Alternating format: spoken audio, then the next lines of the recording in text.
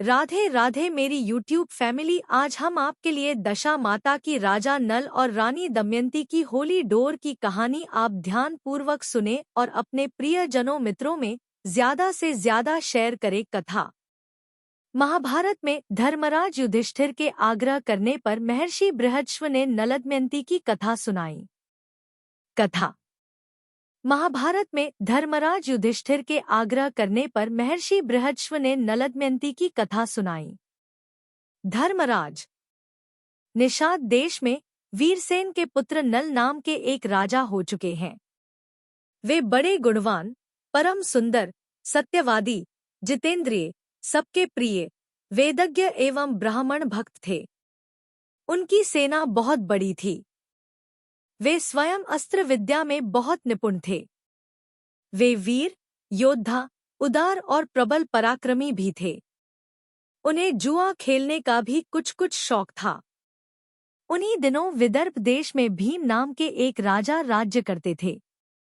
वे भी नल के समान ही सर्वगुण संपन्न और पराक्रमी थे। उन्होंने दमन ऋषि को प्रसन्न करके उनके वरदान से 4 संतानें प्राप्त की थीं, 3 पुत्र और 1 कन्या।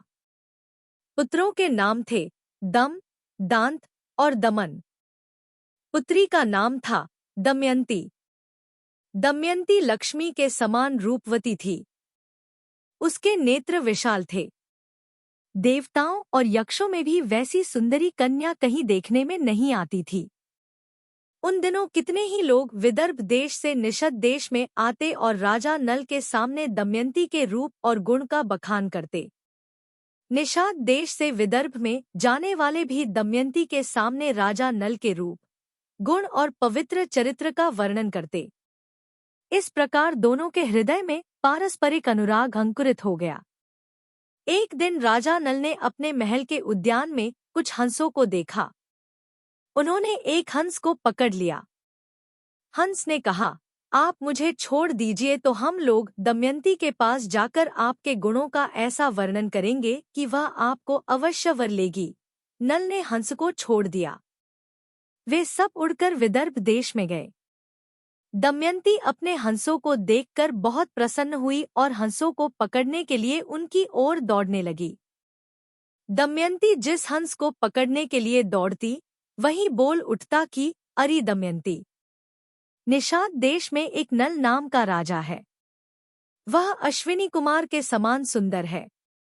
मनुष्यों में उसके समान सुंदर और कोई नहीं है। वह मानो मूर्तिमान कामदेव है। यदि तुम उसकी पत्नी हो जाओ तो तुम्हारा जन्म और रूप दोनों सफल हो जाए। हम लोगों ने देवता, गंधर्व, मनुष्य, सर्प और राक्षसों को घूम घूम कर देखा है। नल के समान कहीं सुंदर पुरुष देखने में नहीं आया। जैसे तुम स्त्रियों में रत्न हो, वैसे ही नल पुरुषों में भूषण है।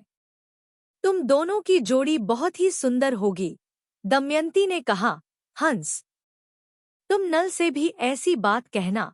हंस ने निषाद देश में लौटकर नल से दमयंती का संदेश कह दिया। दमयंती हंस के मुंह से राजा नल की कीर्ति सुनकर उनसे प्रेम करने लगी। उसकी आसक्ति इतनी बढ़ गई कि वह रात दिन उनका ही ध्यान करती रहती। शरीर धूमिल और दुबला हो गया। वह दीन सी दिखने लगी। सखियों ने दमयंती के हृदय का भाव ताड़कर विदर्भराज से निवेदन किया कि आपकी पुत्री अस्वस्थ हो गई है। राजा भीम ने अपनी पुत्री के संबंध में बड़ा विचार किया। अंत में वह इस निर्णय पर पहुंचे कि मेरी पुत्री विवाह योग्य हो गई है, इसलिए इसका स्वयंवर कर देना चाहिए।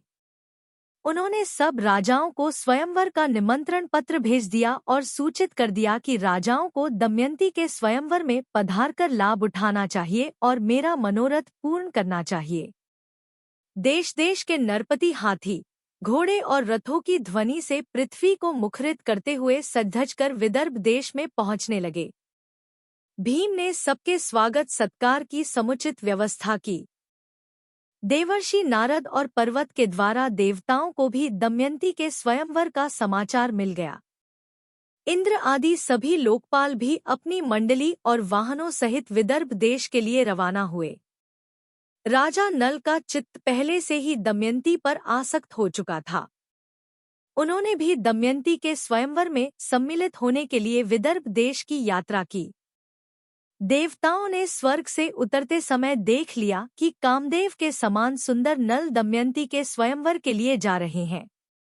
नल की सूर्य के समान कांति और लोकोत्तर रूप संपत्ति से देवता भी चकित हो गए। उन्होंने पहचान लिया कि ये नल हैं। उन्होंने अपने विमानों को आकाश में खड़ा कर दिया और नीचे उतरकर नल से कहा, राजेंद्र नल, आप बड़े सत्यव्रती हैं। आप हम लोगों की सहायता करने के लिए दूत बन जाइए। नल ने प्रतिज्ञा कर ली और कहा कि करूंगा। फिर पूछा कि आप लोग कौन हैं और मुझे दूत बनाकर कौन सा काम लेना चाहते हैं? इंद्र ने कहा, हम लोग देवता हैं। मैं इंद्र हूँ और ये अग्नि, वरुण और यम हैं। हम लोग दमयंती के लिए यहाँ आए हैं। देवताओं ने नल से कहा कि आप हमारे दूत बनकर दमयंती के पास जाइए और कहिए कि इंद्र, वरुण, अग्नि और यमदेवता तुम्हारे पास आकर तुमसे विवाह करना चाहते हैं। इनमें से तुम चाहे जिस देवता को पति के रूप में स्वीकार कर लो।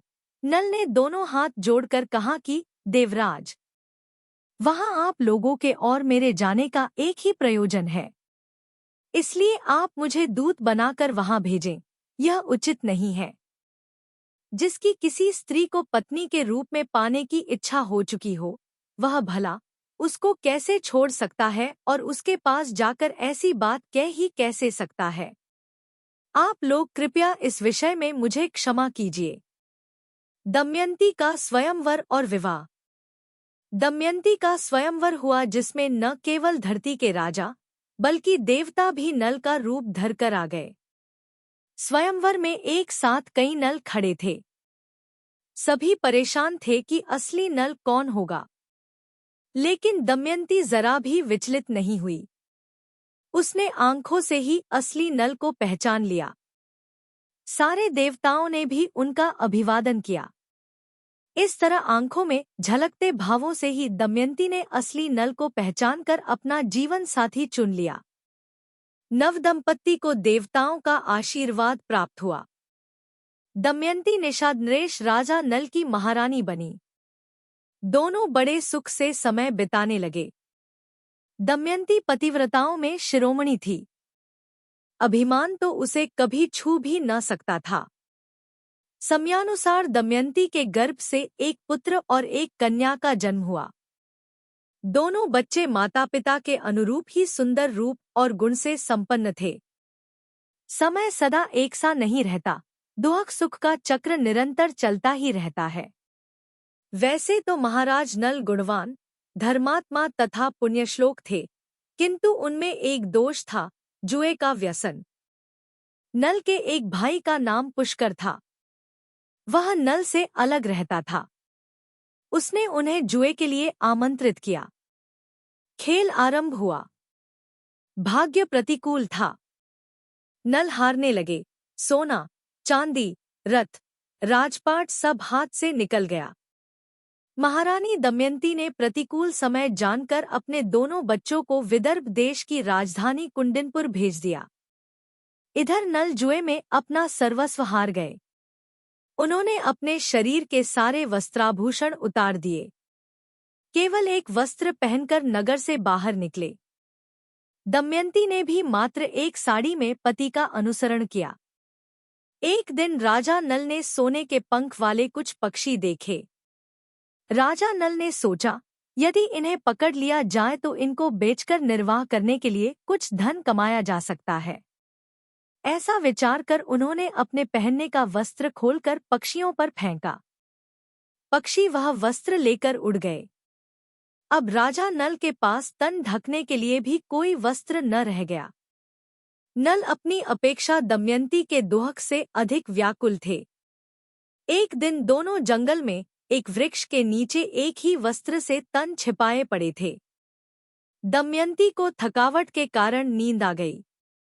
राजा नल ने सोचा, दमयंती को मेरे कारण बड़ा दुख सहन करना पड़ रहा है। यदि मैं इसे इसी अवस्था में यहीं छोड़कर चल दूं, तो यह किसी तरह अपने पिता के पास पहुंच जाएगी। यह विचार कर उन्होंने तलवार से उसकी आधी साड़ी को काट लिया और उसी से अपना तन ढककर तथा दमयंती को उसी अवस्था में छोड़कर वे चल दिए। जब दमयंती की नींद टूटी तो बेचारी अपने को अकेला पाकर करुण विलाप करने लगी। भूख और प्यास से व्याकुल होकर वह अचानक अजगर के पास चली गई और अजगर उसे निगलने लगा। दमयंती की चीख सुनकर एक व्याध ने उसे अजगर का ग्रास होने से बचाया, किंतु व्याध स्वभाव से दुष्ट था। उसने दमयंती के सौंदर्य पर मुग्ध होकर उसे अपनी कामपिपासा का शिकार बनाना चाहा। दमयंती उसे श्राप देते हुए बोली, यदि मैंने अपने पति राजा नल को छोड़कर किसी अन्य पुरुष का कभी चिंतन न किया हो तो इस पापी व्याध के जीवन का अभी अंत हो जाए। दमयंती की बात पूरी होते ही व्याध मृत्यु को प्राप्त हुआ। दैवयोग से भटकते हुए दमयंती एक दिन चेदिनरेश सुबाहु के पास और उसके बाद अपने पिता के पास पहुंच गई। अंततः दमयंती के सतीत्व के प्रभाव से एक दिन महाराज नल के दुहकों का भी अंत हुआ। दोनों का पुनर्मिलन हुआ और राजा नल को उनका राज्य भी वापस मिल गया।